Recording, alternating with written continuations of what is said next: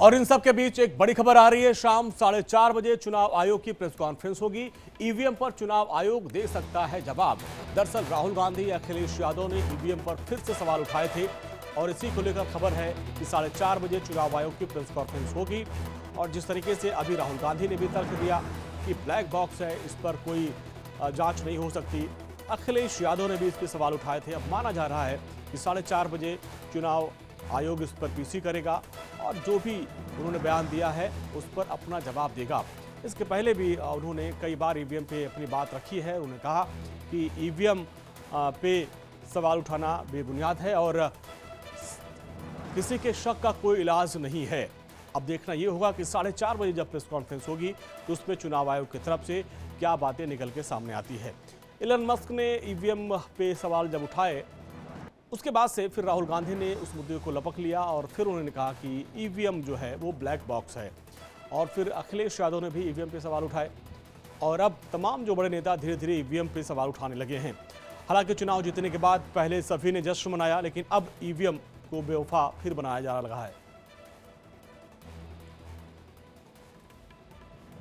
EVM पर Elon Musk के दिए बयान, हैकिंग वाले जो बयान थे, उसको लेकर अब भारत में सियासी घमासान छिड़ गया है। एक बड़ा मौका मिल गया ईवीएम पर एलन मस्क के बहाने हमला करने का। समाजवादी पार्टी के मुखिया अखिलेश यादव ने एलन मस्क की पोस्ट को रिपोस्ट किया और ईवीएम पर सवाल उठाए।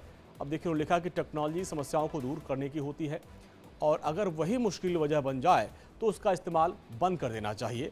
आज जब विश्व के कई चुनावों में ईवीएम को लेकर गड़बड़ी की आशंका जाहिर की जा रही है और दुनिया के जाने माने टेक्नोलॉजी एक्सपर्ट ईवीएम में हेराफेरी के खतरे की ओर खुलेआम लिख रहे हैं, तो ईवीएम के इस्तेमाल की जिद के पीछे की वजह क्या हो सकती है, ये बात भाजपाई साफ करें। आगामी सभी चुनाव बैलेट पेपर से किया जाए, मतपत्र से कराने की मांग हम फिर से दोहराते हैं। और ये है अखिलेश यादव का बयान। अब इसको लेकर अब प्रेस कॉन्फ्रेंस होगी। तो जहां ईवीएम को लेकर अखिलेश यादव ने एक बार फिर से सवाल उठाया, वहीं बीजेपी के नेता और पूर्व केंद्रीय मंत्री राजीव चंद्रशेखर ने ईवीएम के इस्तेमाल को खत्म करने के लिए एलन मस्क के बयान को जवाब दिया है और करारा जवाब दे दिया है। और देखिए किस तरीके से उन्होंने जवाब दिया है। एलन मस्क को भी कहा कि किस तरीके से यूएस में भी इसको अप्लाई किया जा रहा है।